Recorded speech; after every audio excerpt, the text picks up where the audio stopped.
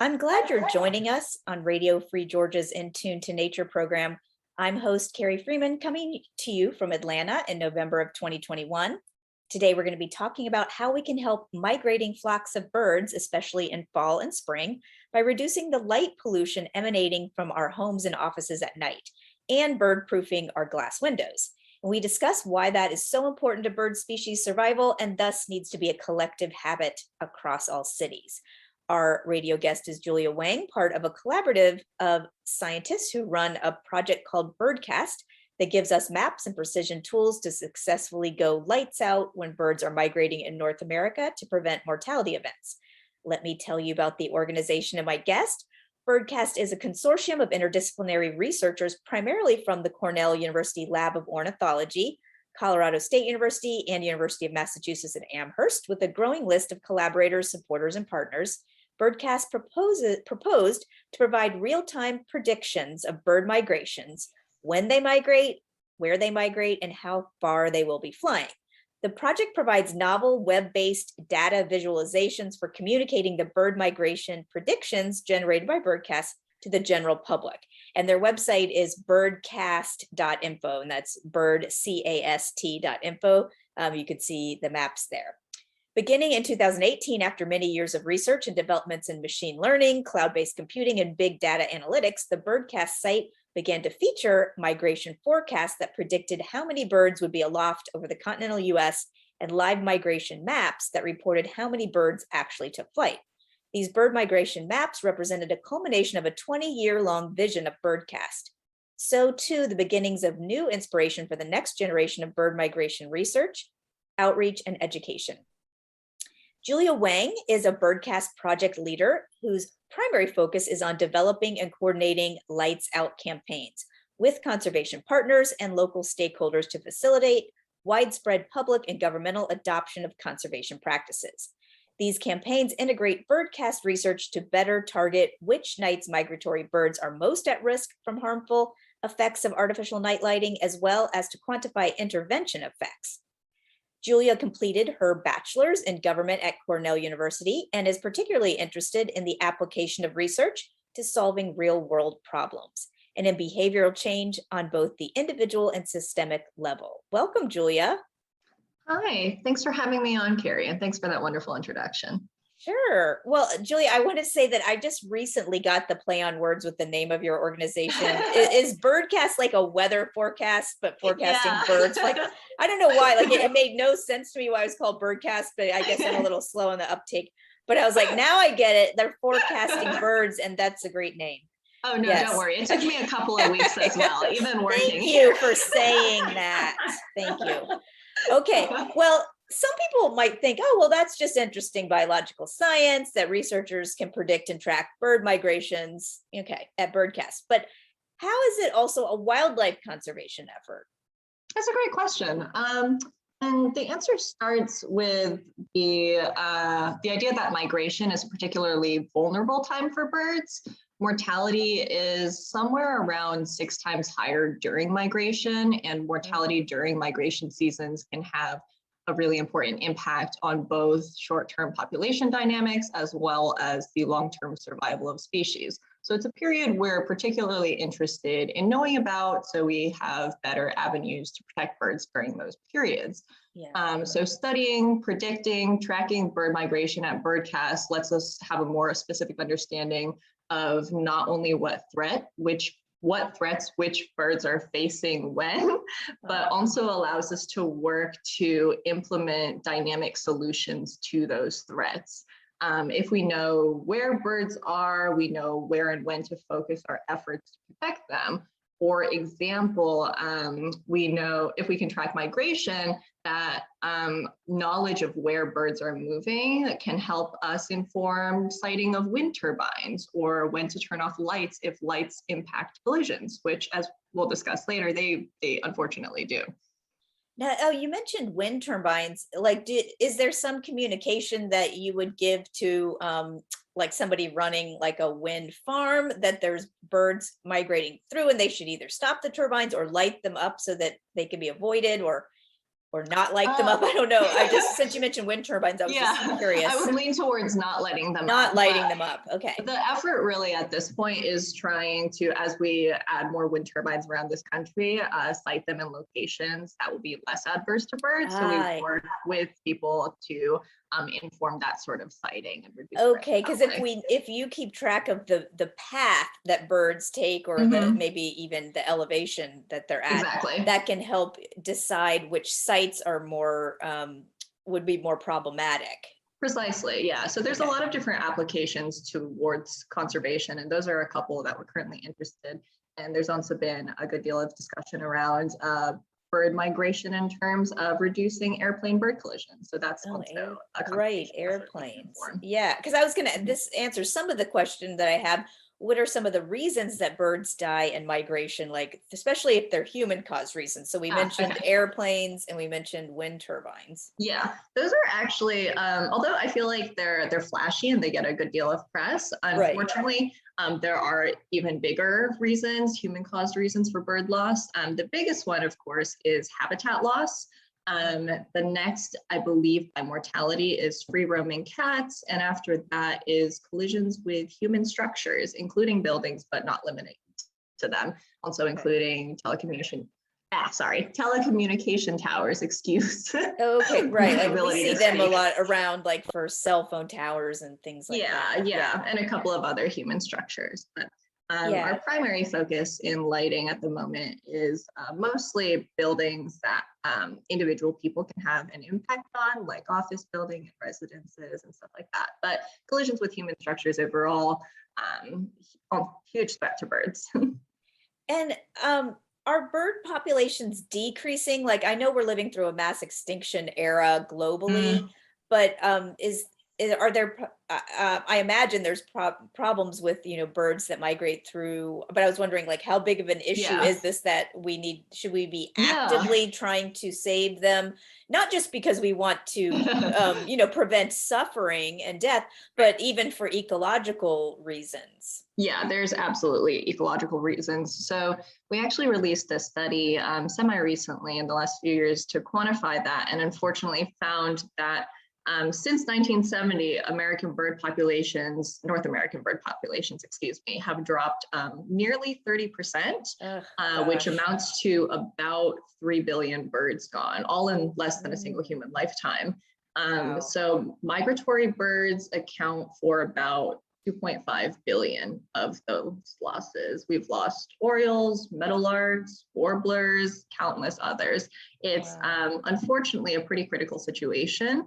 And so we are more focused than ever on not only more research to learn more about the specifics of these problems, but implementing that research to real world solutions. Right. That's what I really like about this, especially I am a researcher at a university myself, even though I'm not a scientist. So I liked that a lot of this is university researchers saying, oh, okay, I'm studying bird migration, but I want to stop the extinction and I want to stop, unnecessary death like this. So that's what I like, is the practical, application of this. Now, I saw on birdcast.info, which is the website, that there was an incident where hundreds of songbirds died in mid-September when they were migrating through Manhattan.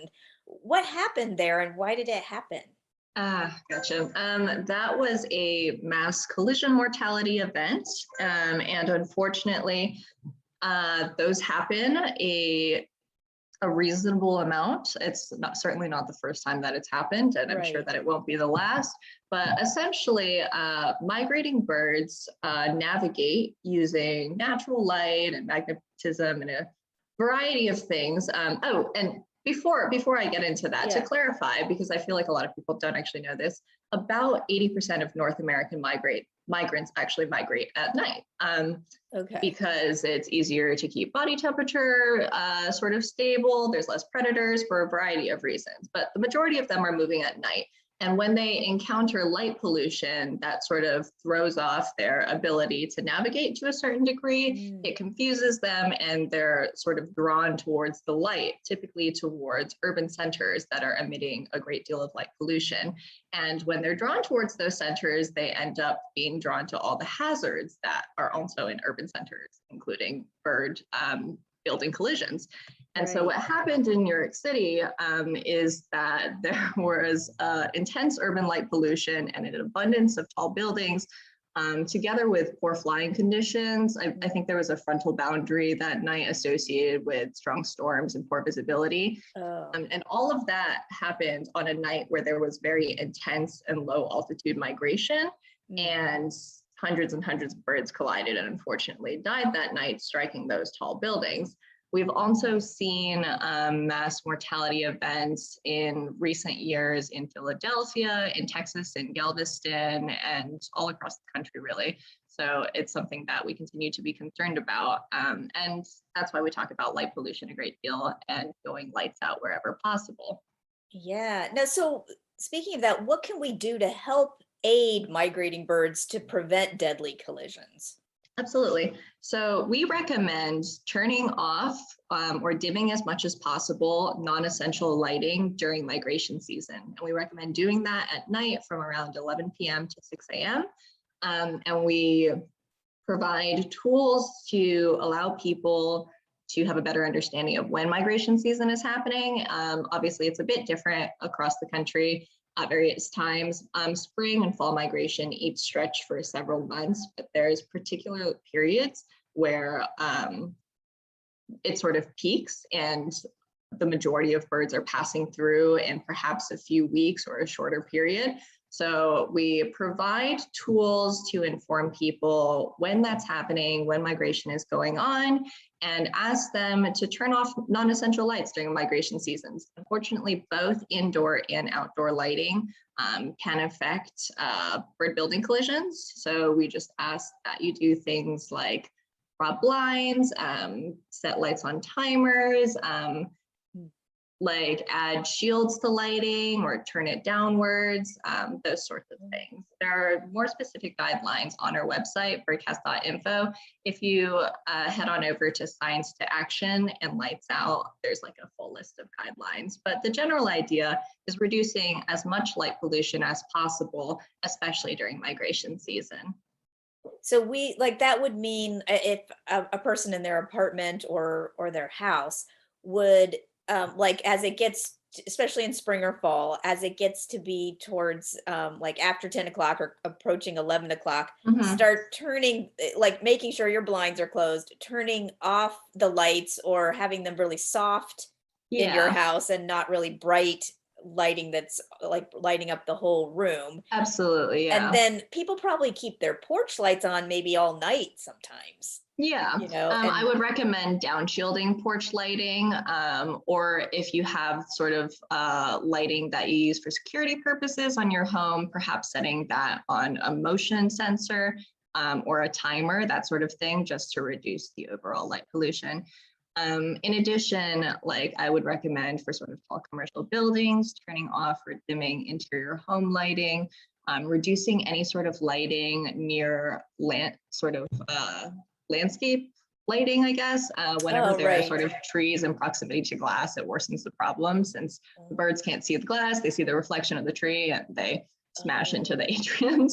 So Right. those sorts of problems. So wherever possible, non-essential lighting should be turned off during migration periods. So that this information could be shared with for those of us listening, it could be shared with our facilities people at any place we work, an office building. Because a lot of Absolutely. times, like I actually in my office, I can't even turn off the lights in my office. Yeah. Like I don't know, there's no light switch. And so they Yeah. just leave them on. Now I hope they go off in the middle of the night, but I actually don't know. And so I Yeah. do think there's a lot of people in an office setting that are retail kind of settings. They can't Mhm. control it where they work, but they could express to their supervisors or the executives that they want to participate, For in sure. this. Yeah. Absolutely. And yeah, to a great degree, we found working with buildings that a lot of the time lights in major commercial buildings or workplaces are usually handled by one or two people at the end of the day. Right. So, and a lot of the time, all it takes is, a request from the tenants themselves, the workers themselves to show that interest to get to share the awareness, and then action can happen. It's a lot more inviting, if you will, if it comes internally. Right. And so we recommend, we suggest wherever possible, just letting people know around you so that they can contribute to the solution if they want to. A lot of the times with commercial buildings, it's something as simple as rescheduling a cleaning crew outside of like peak hours from 11 p.m. to 6 a.m. so that lights don't have to be on during that period, which is usually a fairly simple thing to do once people are aware of it.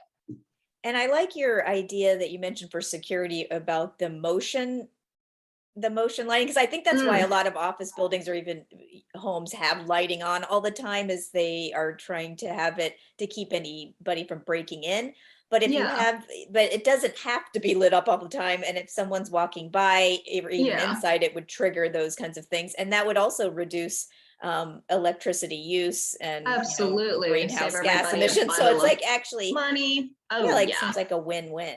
Oh, absolutely. And beyond that, there's other things you can do. You can set lights on a timer or a motion sensor. You can also change the types of lights that you're using. Instead of using like super bright LEDs, maybe you switch to a warmer red or orange light, which is less bright and causes less light pollution.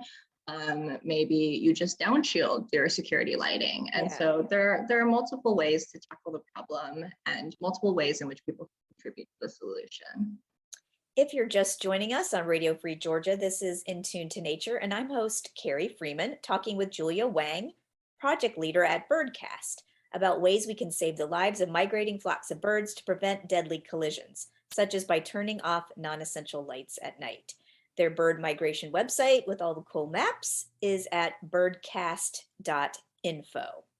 Julia, what are some lights out programs that are working well in some cities? Like if you've got some partnerships between different organizations that collectively work together to spread the word and all kind of support each other in trying to make their whole city or community or neighborhood darker at night.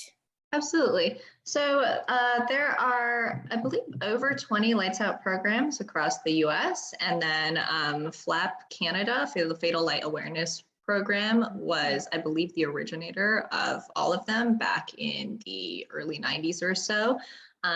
FLAP is doing an amazing job and has been doing an amazing job for the last few decades. There are a couple shining examples of like successful Lights Out programs that sort of depend on the environment of city politics and interests in birding and conservation in general across the US. I like to think that we're doing pretty well in Texas, where Birdcast is focused on building Lights Out programs right now. We're working with cities all across the state and local partners all across the state, as this is often more successful when, it's coming from the community around you being concerned about birds. There have been some great programs really all over the country. One that comes to mind is Chicago. They've had the majority of their downtown lights off since, I believe, the early 2000s, due to a partnership between city government and the Building Owners and Managers Association there. Because talk about tall buildings. That's Chicago. Right. So that's a major, that's a really great achievement, to think that all of their skyscrapers have it, and that anyway, the people that run the city have actually said, like, this is something we all want to do. Yeah, the mayor has been amazing up there from what I have heard at supporting these programs and sort of bird conservation in general. And the BOMA, the Building Owners and Managers Association, has been great about, making sure that that actually happens. And so I think that's a program really to be proud of and to emulate. But of course, in different cities, there are different sort of concerns and willingness to participate. And there's a lot of, I am happy to see, especially in the wake of these horrible, tragic mass mortality events in the last few years, there seems to be a renewed interest in Lights Out across the country. We hope that we're contributing to that sort of revival and bringing awareness to light pollution all over. And we've seen some amazing strides here in Texas. We've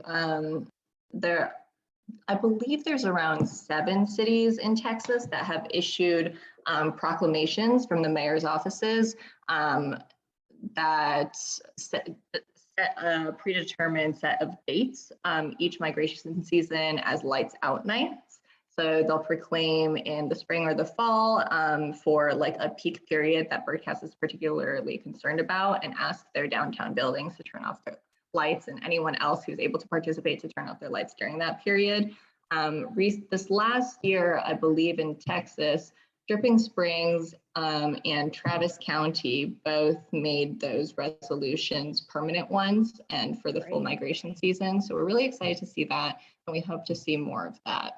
Because that means like someone would get emails that remind them, because that would be useful because some of us might go look at the Birdcast website now and be like, oh, okay, that's great. And then we start doing it, but then we kind of forget about it. And then next spring comes around and we're not doing it again. But if we were getting, I don't know if how do people end up getting emails? Does the city arrange that? So that's like on a local level. Okay. Sometimes the city will, like the mayor's office might communicate with buildings owners and managers like at the outset of the period to let them know that that's an initiative that they'd like to participate in.